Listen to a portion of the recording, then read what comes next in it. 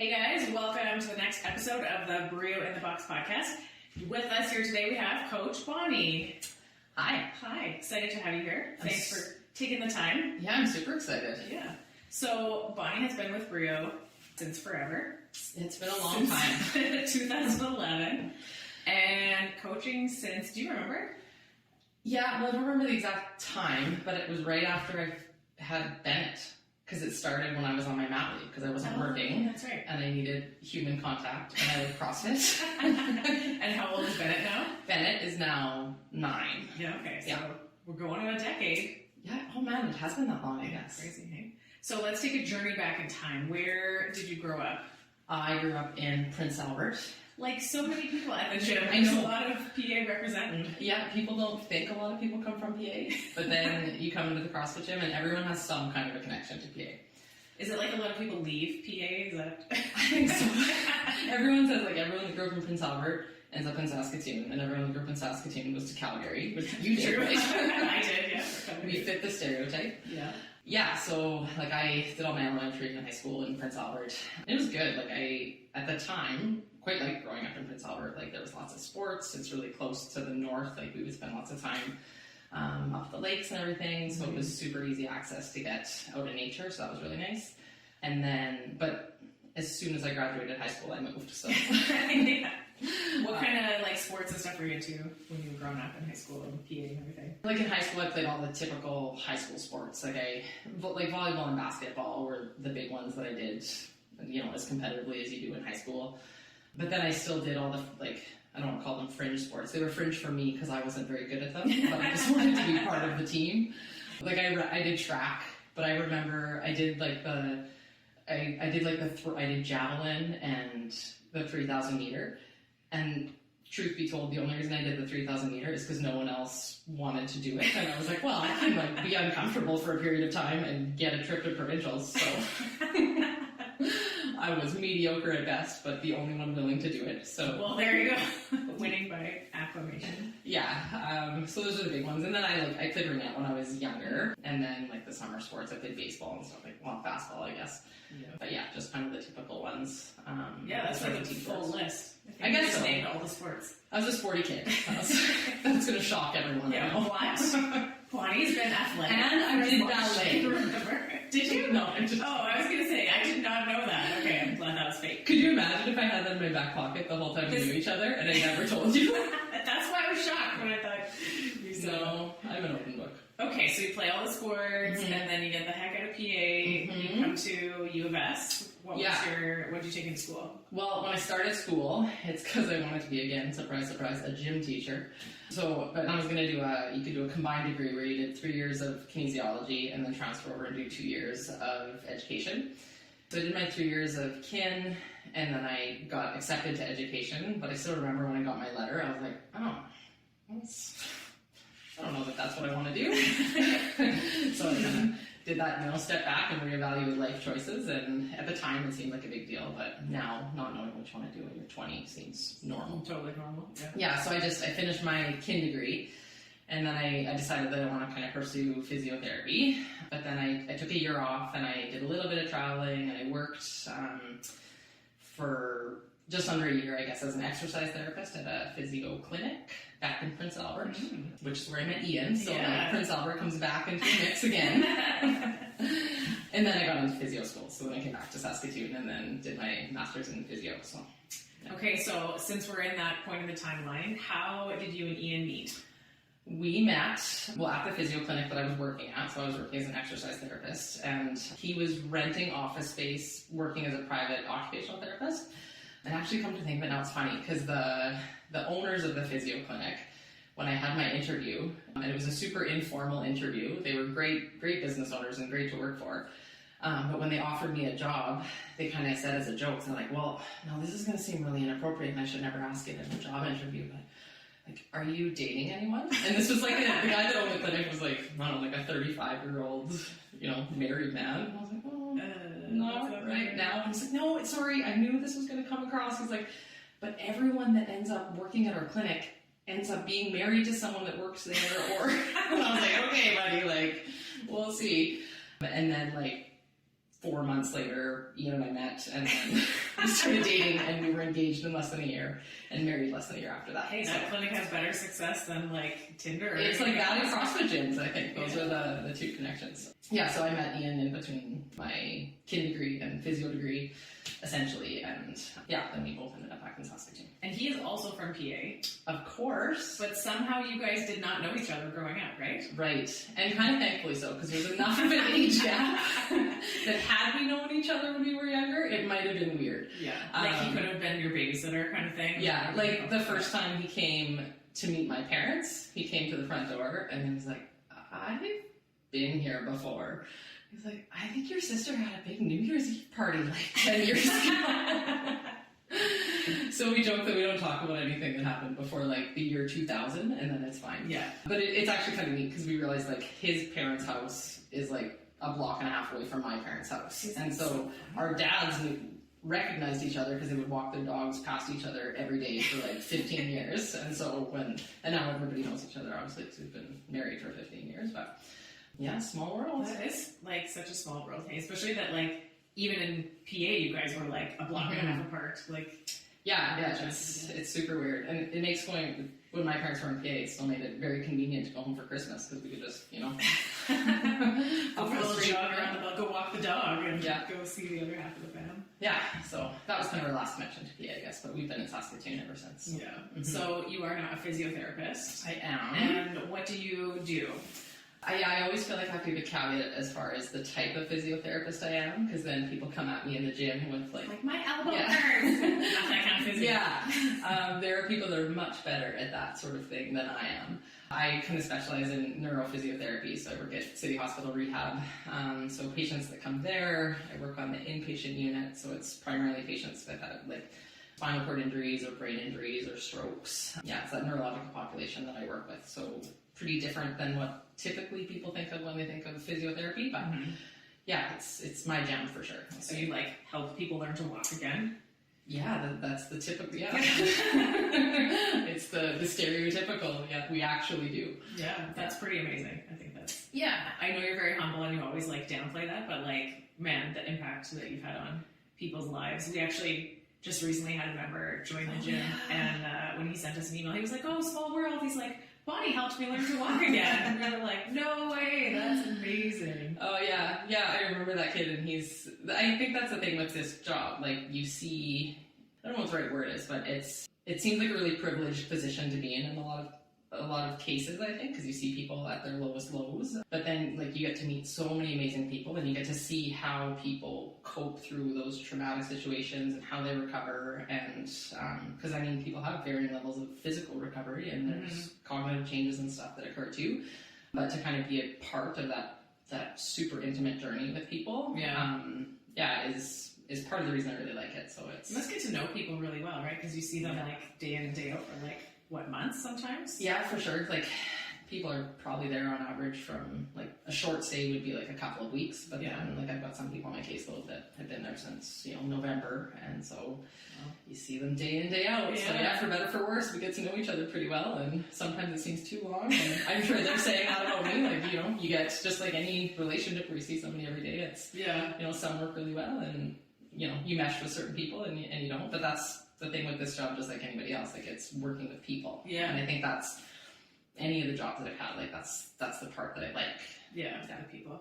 How much do you think, like, your level of physical fitness helps you in your daily job? I think in some ways it makes me a better physiotherapist, and in some ways it makes me worse. Because it can get me out of a pickle. Like, I can physically do things. Like, I can put patients in situations that maybe other people couldn't. But then I think sometimes I can rely more on like physical strength instead of like technical skills. That I have colleagues that are much better at like technical patient handling and things like that. So I think sometimes you can try and cut corners when maybe you shouldn't. But it certainly has, saved me in a couple situations where, even just injury prevention. Like, I'm not worried about trying to move somebody who's super heavy. But mind you, it is really funny when you're like 8 months pregnant and you're working with a 45-year-old guy with a back surgery, and he's like, you're the one that's gonna help me walk. But We all got Just through get it. me on that. Yeah. It works as a really good lumbar support, actually, like when you're giving patient support very well. So I think it makes them uncomfortable, but you know. Super funny. Yeah. Do you get to use any of what you've learned about like CrossFit and functional movement in your job and like? Yeah, for sure. Like, and it's obviously variable dependent on the patient, but there are, like, all of my patients do squats. All of my patients that can will do deadlift, and obviously that looks different in different forms. But it's like, yeah, we're picking things up You off need the those ground. to go back to normal life. We are standing up. Like, Yeah. it's those sorts of things, and it's when the patients kind of look at me crazy when I'm like, okay, now hold on to this, and we're gonna stand up. Now hold on to this, and we're gonna stand up. And I'm like, hey. You're making me do squats. Yeah. But then too, it's kind of neat because it's like the way our therapy department is set up, it's not super conducive to doing things that we would do in a CrossFit gym. But then it kind of allows you to get creative. Like I've done sled pushes with patients where I'll like sit on a rolly chair and put my feet on the ground and hold up a bar and like for some kind of a task where they have to push. And so it's fun to kind of get creative, and we certainly pull those functional movements that we get through CrossFit and can incorporate them a little bit. So, have I ever sent you? There's a guy named Dr. David Johnson. He's a neurosurgeon, brain and spinal cord surgeon out of Australia, and CrossFit's done a couple features on him.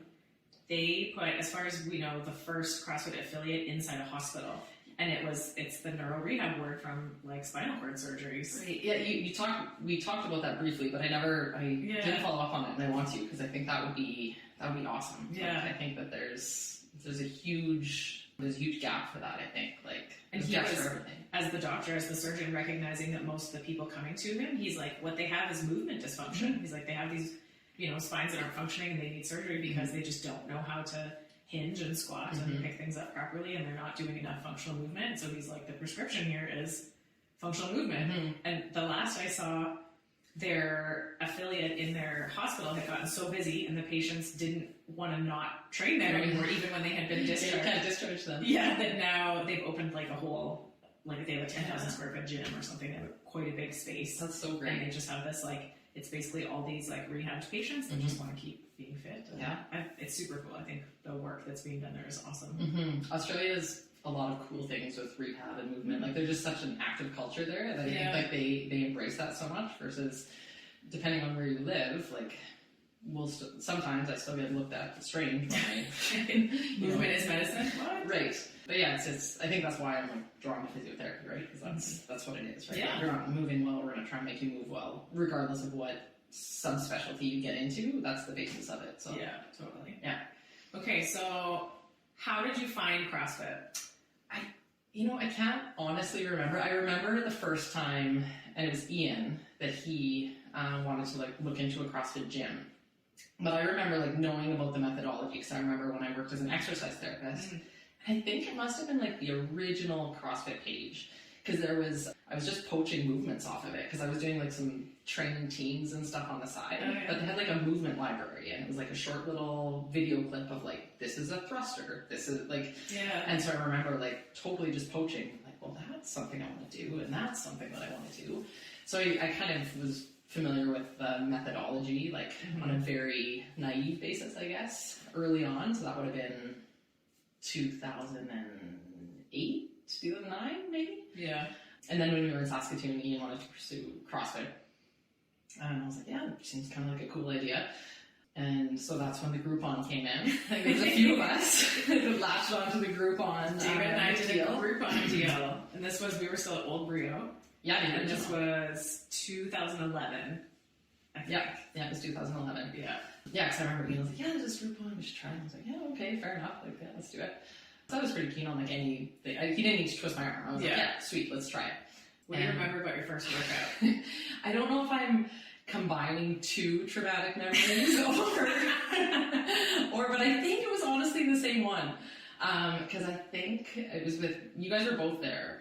Or again, maybe I'm combining the two. But it was Tabata something else we did. And I remember I was doing incline push-ups. I'm sure I wasn't doing full push-ups. Yeah, but we did them to a bench. Yeah. So I'm sure I was doing that. And then there was a 500-meter row after, like, I think it was just afterwards. And I don't know if it was just like, get a bit of a benchmark thing. Yeah. But I'm choosing to say that you guys didn't at that point in time implement the, go at a lower intensity. Whether it was also still learning. And it may have been explicitly stated, and I may have been one of those people that was like, I got this. But my two memories are like destroying because I'd never been on a rower, and I was like, I'm going to try really hard. And maybe I just didn't know what intensity was, but it was like, well, I don't know how long this is going to take. So I tried really hard on the row, and I just remember like going home and laying on the couch for a long time before I felt like I wasn't going to be physically ill, because it was just like I hadn't tried that hard for anything. But I had never like exercised with someone looking at me being like, oh, what can you do? So I think that element made me try harder than I ever would. Yeah. And then I think I got mild rhabdo in my triceps. I still liked it. Yeah. Okay, so we used to do, our day one workout was Tabata something else, which is 20-second intervals, 20 seconds on, 10 seconds off. I think we did half, so instead of 8 rounds, we did 4 rounds. Sure. We would do pull-ups where you would be underneath the bar in the squat rack, up and down.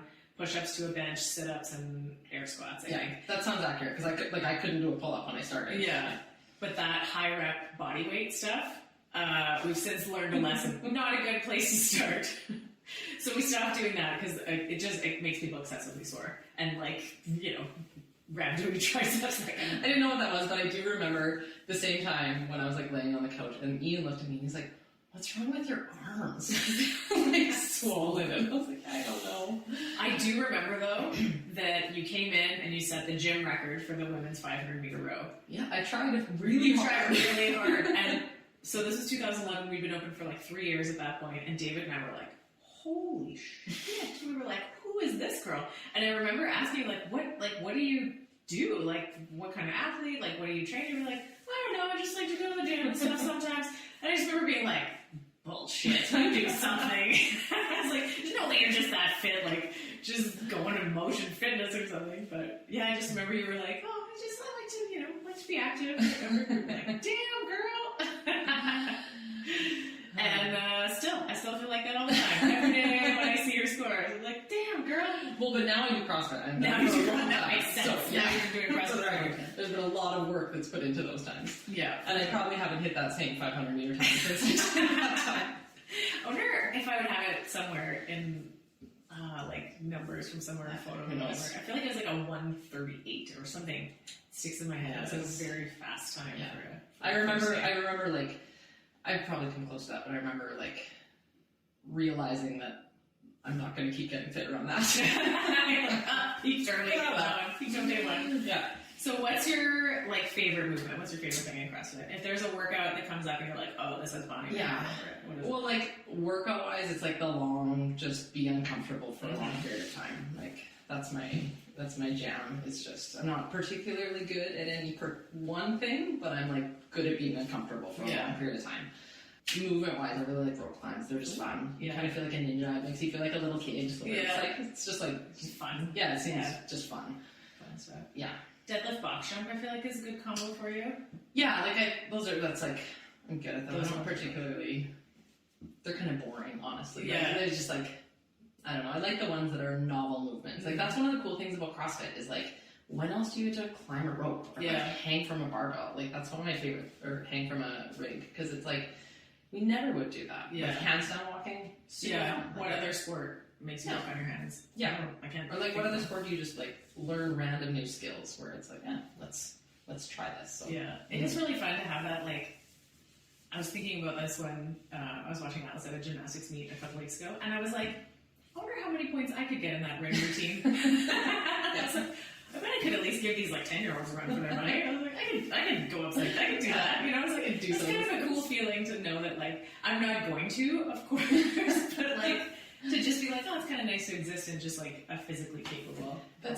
If I wanted to do that, I probably could. Yeah, that's that's one of my favorite words is capable. Yeah, and especially that physically, that ability to be physically capable. It's just nice to know oh, I don't, like, if I have a lot of dog food in the bottom of my shopping bin, like, I want to be able to take it out. Yeah. You know, it's not getting a PR in the gym. It's like, I want to do the things that I want to do throughout the day. So that's like, I want to be able to drag my canoe up onto the shore. I want to pick up my kid and put him on my shoulders. Like, Yeah.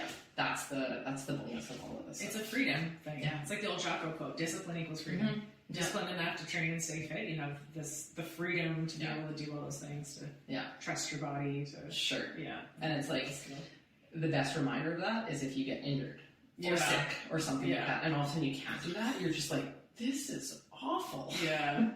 Exactly. So yeah, it makes you really grateful for being able to move, for sure.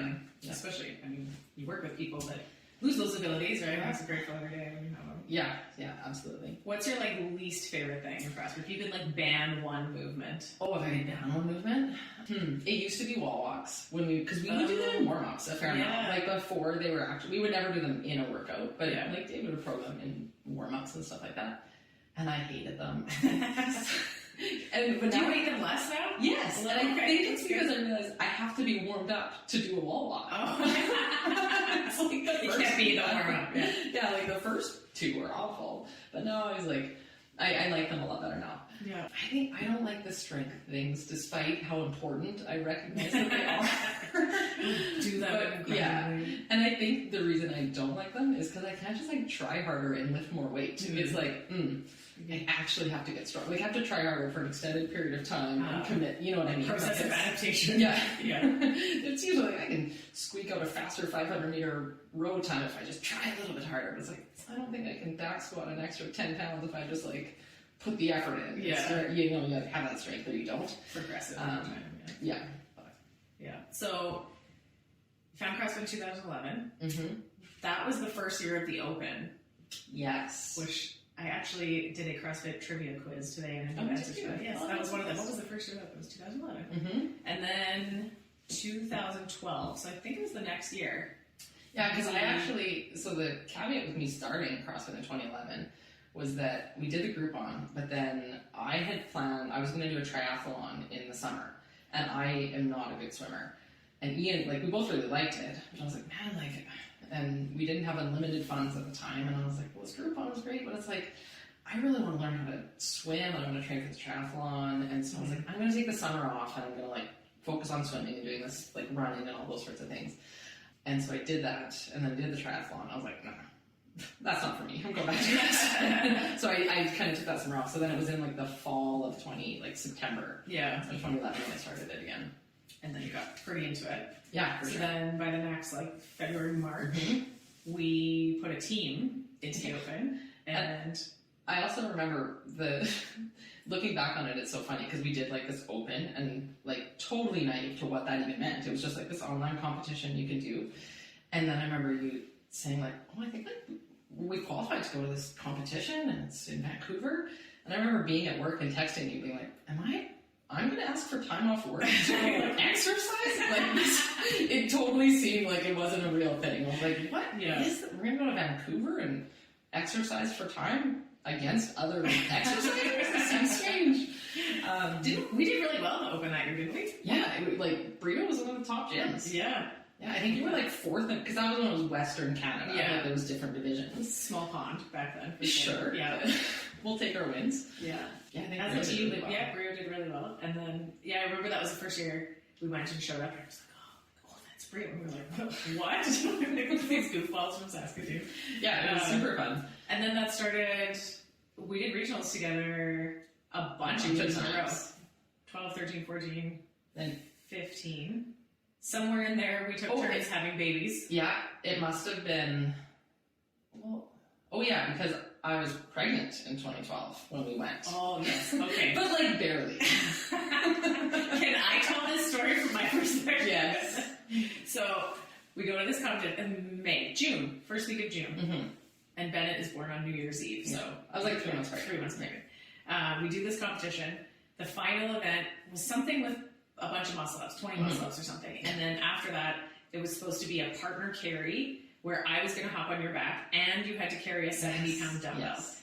And that was like the finish of the event. And it ended up that we didn't get the muscle-ups done.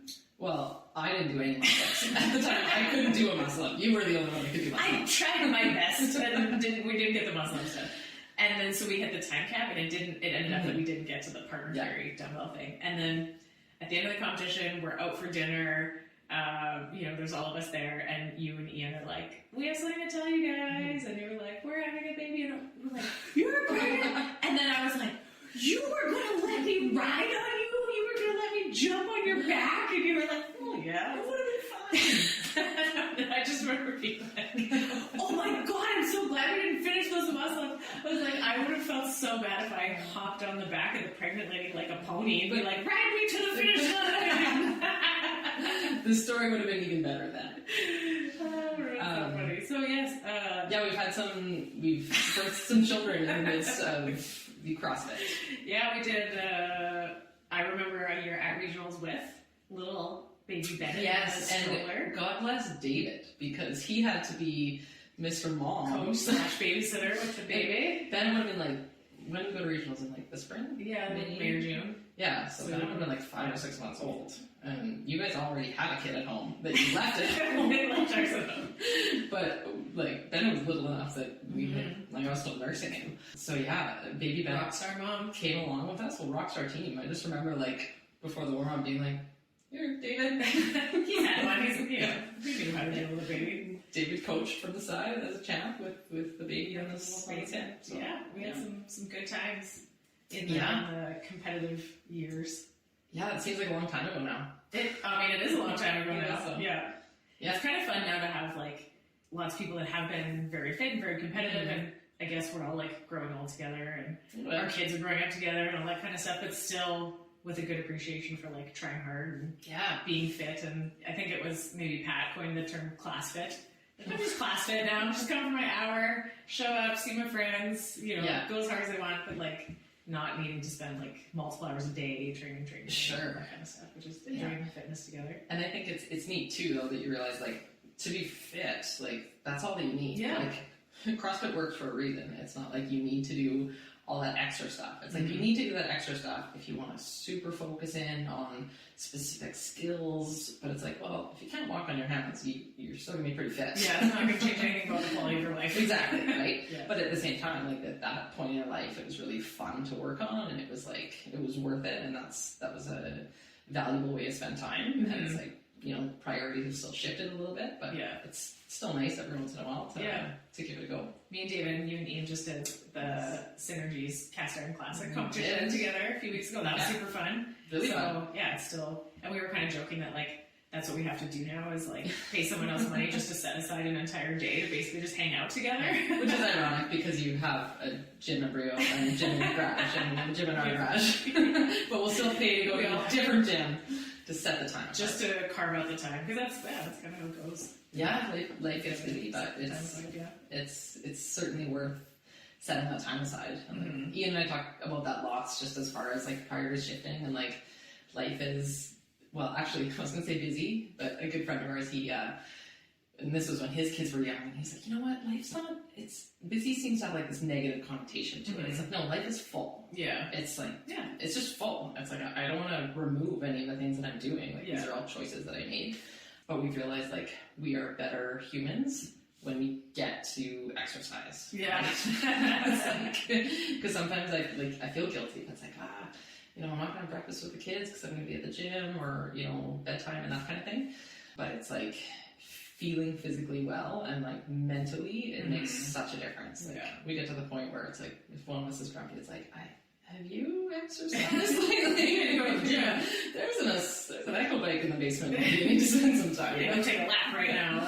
But yeah, like it's nice to know, like as far as things that you need to do to function better as a human. Yeah, you're giving the things that matter in your life, you're giving a better version of you. Yeah. You're being a better physio, you're being a better wife, you're being a better mom, all those things when you take care of yourself. I think a lot of people, women especially, struggle with the guilt of like taking time for themselves and view it as selfish. Yeah. Which is like a hump people have to get over to realize like, no, it's not selfish. It's you're giving the gift of a better, stronger, more sane, less moody, all of those things to the world. Yeah. Well, even like just before I came here, I was going to try to get to the gym, and then the day, kind of got away from me. And then I was like, I wasn't going to do anything. And I was like, we've got the bike downstairs. And I was like, I was doing stuff upstairs with the kids, and I was like, I'm just going to sneak downstairs and I'm going to just do 100 calories on the Echo bike. I just snuck down there. I was about 60 calories in, and all of a sudden my daughter Brooke runs downstairs and she has this sign that says "Go Mom," and she made up there, and she's got her little running shoes on, and she cheered me through the last 40 calories, and then she had her shoes on, so she's like, "What workout are we gonna do?" And so we like played downstairs, and I was like, "Oh, like that's what's awesome, right?" And it's not. Then you realize like they're watching, and that's not a bad thing for the kids to realize that you're taking time to exercise. Yeah, and then they just see it as a normal part of life and the values of your family, and this is just what you do, right? Just like you brush your teeth and you clean your house and you get your exercise in, and it's just like part of. That's the other neat thing, like when we talk about our journey through CrossFit and how like we started with like, well, I guess you already had kids, but they're like really little and still were able to dedicate a lot of time to that, and now kids are older. But it's like now we hang out and we work out with our kids. Yeah. Which is like a bonus that I never really expected. Yeah. And even like through like the Next Gen program and stuff, it's so cool to see people come into the gym, and it seems like everyone's kids are miniature versions of themselves. You get a bar, make it just little clones. Marvin Morgan is like, oh yeah, you two are the same. Like everybody's kids. I was like, oh yeah, you can tell who you belong to. Minis. Yeah. Or now they're big, they're adult size, you know. Yeah, sometimes they're inverse, they're taller than the parents. But it's really cool to see those kids that were like, you know, some of those we saw the kids, man, this makes us seem old. We're doing a lot of back in the day. But yeah, you'd see those kids like in car seats or in like the Jolly Jumper, and all of a sudden we're like, oh no, like they're legit awesome humans now. They're learning the same things. Back squatting and working hard. Yeah. The Next Gen Kids program, people probably know, I only take the kids of our members. And almost weekly somebody contacts me wanting just their kids to work out.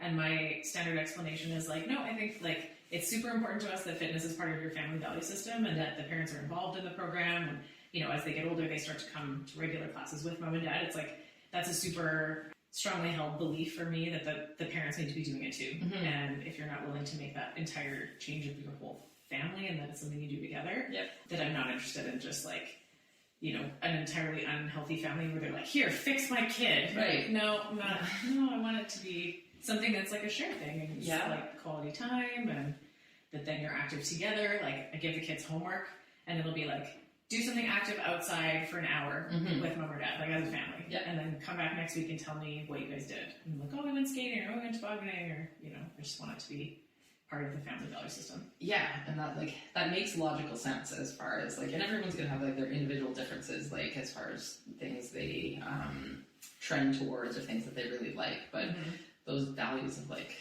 being physically well, and that's gonna look a little bit different for everybody, but like if you want your kid to be physically well, you owe it to them. Gotta lead from the front. Yeah. Like who is that benefiting to be like, well, one hand can be fit, but like, but I'm gonna sit on the sidelines.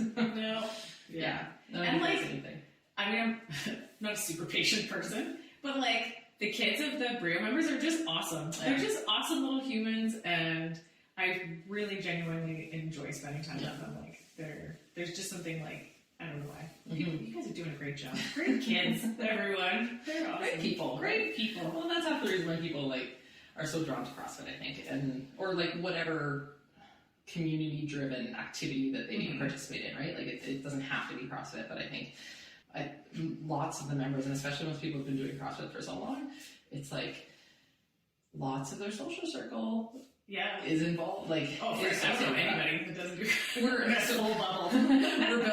we're building a new garage right now, and we have this dream of making it into like a cool play place and like a garage gym area. And so people are like, well, you're still gonna go to like that gym you go to? CrossFit. I was like, well, yeah. And I'm like, why?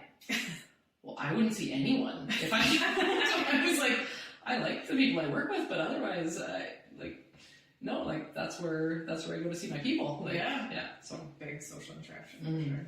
Yeah, I think we gained a pretty big appreciation for that during COVID. The gym kind of became the only place that people could socialize, right? When you couldn't really go to a restaurant with more than a couple people, and you couldn't go to each other's homes. And all of a sudden, you were like, whoa, people became, like, actually, so here's just like a fun fact, 2021, our visits were up. We had more people work out in 2021 than ever. And I think it was just that people gained that appreciation for like, oh my God, I need to see some humans. Like, some of the people working from home, if they'd come in the middle of the day, they were like, this is the only time where I see other people. Right. Like, yeah, that's like it had a surprising effect on people's mental health, and they really, I think, gained an appreciation for just the importance of the community. Yeah, I wouldn't have... Fitness also, but like seeing other humans in the real. Yeah, that makes sense when you say it out loud. I never would have guessed that, but once you kind of lay it out like that. Yeah, it definitely makes sense. I know, I think, because you were always at work at the hospital. I was always at work at the gym, but for lots of people, they didn't have that, especially if you were working from home or, yeah, depending on how many people live in your house or whatever. If you live by yourself, you're like, oh yeah, you have to like make an effort. You either are getting away from the people in your house. Yeah. Do you live with toddlers? Then I can see why you want to get out of your house. Yeah. Okay, let's do some sort of rapid fire, some random Q&A. Okay. The fun ones we've been asking all of the coaches. Pineapple on pizza, yes or no? No. No, yes, thank you. Finally, someone's on team no pineapple with me. Early bird or night owl? Definitely an early bird. Definitely like early bird. Yeah, bunnies awake really early. But I can't stay up at right now. We are really pushing it. It's late at night. This is how much I love this community. Chocolate or vanilla? Oh, chocolate. Oh, okay. Country music? Yes or no? No, but I don't get offended by it. Okay. Is that fair? Does it make you angry? No. I don't put it on as your pop-up jam? I don't have any country music on anything, but I'm not one of those people that put it on, that if it's put on, I'm angry. It's alright. I can get down to Garth Brooks. Actually, I went to Garth Brooks' concert a few years ago, so It probably is a good show. Yeah, I'm a bit of a music junkie. I love music, so I can appreciate some of the country music. I'm not saying all. Beer or wine? Both. It's situational. I think it's I can enjoy a nice glass of wine or a cold beer. Yeah. Frosted cold beer, salty or sweet? We're not gonna beat the clock here. Probably sweet, I guess. Yeah, probably sweet. What was the last book you read, or the best book you read in the last little while? I was talking about this. The last book I read wasn't very good. It's just some fiction book it's J.K. Rowling, but her pseudonym. Oh. So it's like a grown-up fiction book. It's just like a murder mystery. I tried to get into it just as far as entertainment. It's okay. Not good. But there's a couple of books that I always talk about that I think are really good. And they're non-fiction books, so might not be for everybody. But one is called Endure by Alex Hutchinson. I was going to say Chris Hutchinson. I was like, no, that's the wrong guy. I was going to say Eric Hutchinson, but that's a musician. Anyway, so that book's just all about the curious potential of the mind and how it relates to physical activity, because I've always thought that's super interesting, just as far as what's the actual physical, what's the limit of human physical potential, and whether that's actually physical, or does it come from the mental perspective. And so this book really kind of dives in through anecdotes, a mixture of anecdotes and science, I think, which is nice. Yeah. I listened to that one on audiobook on your recommendation. Right. This is very good. Yeah. For your next road trip. Lots of interesting, it's science-based, but told through people and stories, which is I found it really easy to get into. Very engaging. And I think that's why I quite liked it, because I can, truth be told, I like to nerd out on some of the physiology stuff, but it loses my attention pretty quickly. I have to be super focused to pay attention to that. And this book was nice because it had that mix. And then the other one that's really good is Coddling of the American Mind by Jonathan Haidt. Yeah. And that's just talking about how it's we strive as a society to remove all struggle from everyday life, and how that actually is counterproductive to producing functional humans. Yeah. So he's got a lot of good stuff. So he is really good too. Those are two that I often recommend to people if they're looking for good books to read. I always think of it when they try to raise trees in a biodome with no wind, the trees just fall over. Yeah. Because they need some struggle, they need some resistance to grow strong enough to grow tall. Right. I just think that's such a good analogy for that. You can't remove every barrier, struggle, or obstacle. You'll just be this weak ass little human that just falls over at the slightest gust of wind, But it's hard because it's kind of counter to what you want to do as a parent, right? Because you want to make life easy for your kids. You want to remove you do want to remove those obstacles, because you're just just be okay. But then you realize everyone's gonna have struggle in their life at some point in time, and if you don't learn how to deal with minor basic struggle, or choose whatever word you want, if it's challenge or struggle or obstacle, it's if you can't deal with a conflict on the soccer field as a 4-year-old, you're probably not going to deal with a workplace conflict very well when you're a 44-year-old. It's interesting now we have to kind of manufacture those experiences for our kids. Like, I know. and I was explaining this to Atlas the other day, his first big gymnastics competition, because COVID's kind of screwed that up for the last few years. And, you know, it's like, it's hard to put yourself out there, and, you know, you get evaluated by judges, and maybe it goes the way you want, and maybe it doesn't. And I was saying to him, I was like, man, this is why everybody puts their kids in sports, because you have to learn all these life lessons about like challenge and pressure and disappointment, or, you know, if you do really well, you have to win as a good sport. Like, this is why everybody does this now. You know? Yeah, there's lots of those kind of good lessons, and even just like those uncomfortable feelings that come up, like the idea of like anxiety or nervousness. It's like, those aren't bad. Yeah. Right? Like those are normal emotions that lots of people are going to go through, and obviously there's a spectrum of that, but it's like learning to recognize anxiety as like, your body's recognizing that it's coming up against some conflict or something like that, and it's like your body's getting primed to deal with that, and that's okay, like not as something you have to shy away from. But we always try to do, our line is, what are you going to do when? It's not that I'm going to tell you don't be scared, it's what are you going to do when you're scared. I'm not going to say don't be nervous, I'm going to say what are you going to do when you're nervous. What's the plan? Let's have a plan in place for when you feel those things, instead of running away or being like, I shouldn't feel like this, or I shouldn't feel sad, or I shouldn't feel angry. It's like, no, you're going to feel all those things. What are you going to do about them? That's a very good way to put it. Yeah. It's like, there's no, you can't avoid those things, and that's okay. Like we don't want to live in like a numbed, well, you can avoid those things, I'm sure, if you, I don't know, like medicate everything. You know, a rock sitting in a corner, but I think we'd all agree that that's not the way that we want to live through life. It's the idea, it's like, I remember there was a parenting podcast a long time ago where it was talking about like your level of happiness before you have kids, or people that don't have kids and do have kids, I think. But the analogy that always kind of stuck with me, and I think this could be related to different things, whether it's kids or not, but just the challenges that you put in front of yourself. Because he's like, like if you don't have kids, life's always pretty good, like you're a 7 out of 10 maybe, and that's awesome, and that's great, and that's a good average. And then it's like, if you do have kids, then it's like you get these like extremes of emotions, like, the first time you see your child, you're at like a 15 and you didn't even know that 15 existed, and it's like, wow, I can live up here.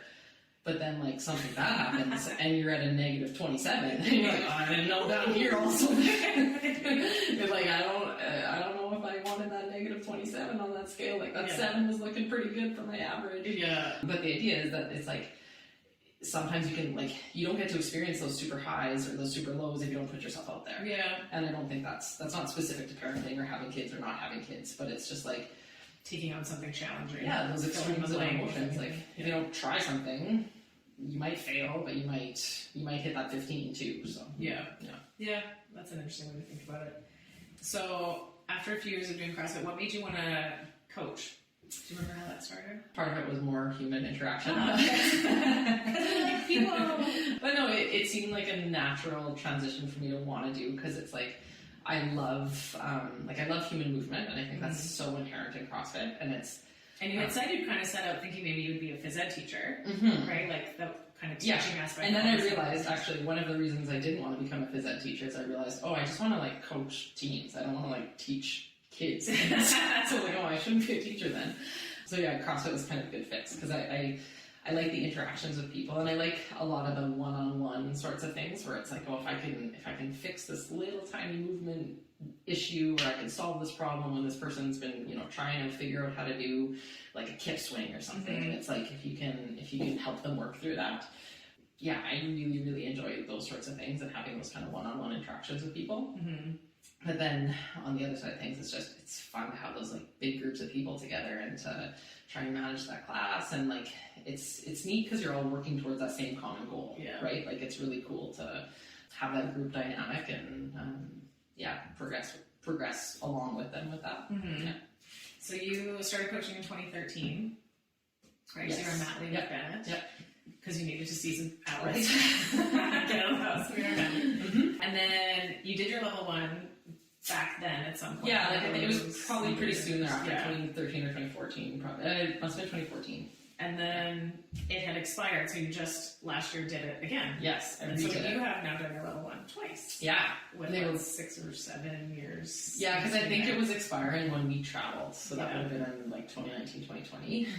Bonnie took a year off, and it ended when COVID started. Yes. Right? So 2019.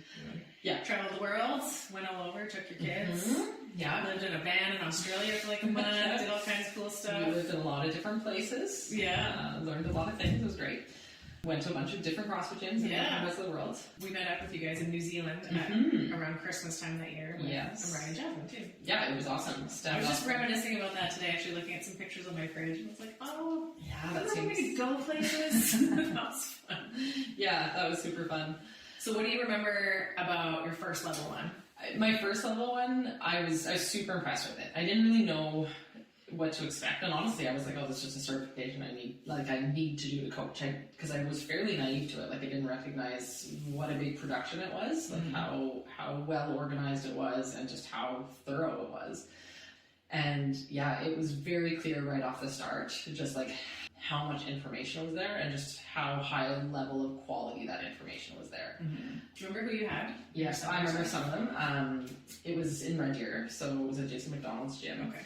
And then Nadia Shatila, yeah. She was there, I think. And she was also at my level one. Oh, was she? Yeah, she's just a demo girl. She was amazing. Like, she's the one that stuck out to me the most, because I was like, she's such a good speaker. And that's what I realize now. I think CrossFit probably puts a lot of emphasis on that. Like, being able to communicate things very well is very important. But I didn't know that was important at the time. But listening to her, I was like, oh, she doesn't use any words that don't matter. Like, everything that she said had value, which just made it so much easier, I think, to retain that information. And then the torso is his nickname, Austin Stack. Yeah. And it's funny because he was doing a lot to the demos, and I remember being like, there's something strange about his body. And then they joked about how his nickname is the torso. It's like, that's it, he's got a really big torso. He's got a very long torso, very short. Yes, very good at deadlifts probably. Yeah, great levers. Yeah, so I think those were the three that were there, and it was awesome. Like I said, it was just, I didn't realize what a high level of quality of information that they were going to pass along. So it was awesome. I really enjoyed it, and so I got that. And so then it was interesting when it came time to research, and I let it lapse because I wasn't sure what was going to happen with traveling and stuff, but then certainly wanted to kind of keep coaching when I came back. So I had the opportunity to redo it at BRIO, and you were one of the seminar staff, which was lucky great. you actually has mug again for 2 years. Which was that the one as me and Pete? Yeah, you and Pete Shop, yeah. Because that was still kind of in the midst of COVID too. Like, we were just able to, I mean, it seemed like a regular seminar, but they weren't running them all over the nation, certainly. Things were still a little bit restricted. So I wasn't really sure what to expect, but what struck me with doing it the second time, as soon as we started doing the lectures, I was like, I remember all of this stuff. Like, not verbatim, but the lectures were so well organized. And what I thought was impressive about the lectures was the fact that, like, I take lots of other courses and look at things online and webinars and stuff like that for different professional development things, and I don't retain it nearly as well as I retain all of that stuff. So whether that's the method of delivery or I was just super engaged in it, but it was an awesome refresher for all of those things. And then, like, some of the content was a little bit different, but then at the same time it was nice to be like, well, yeah, you don't need to reinvent the wheel. Yeah. Like, we don't need to... True to the core of the methodology. Exactly. Through all these years. Well, they've added, like, a few little things. Yeah, like, there's some small elements of change, but it's like, well, they don't need to change the way that they teach the deadlift, because it's still a deadlift. Yeah, so it was awesome to be able to go through that. I think the difference too is that I have way more experience coaching now, because before when I did it, I hadn't really coached that much. Yeah. So I was way fresher and was way more just trying to, like, figure out, okay, what are the it was more like, what are the points of performance? I need to memorize this. I really need to focus on that.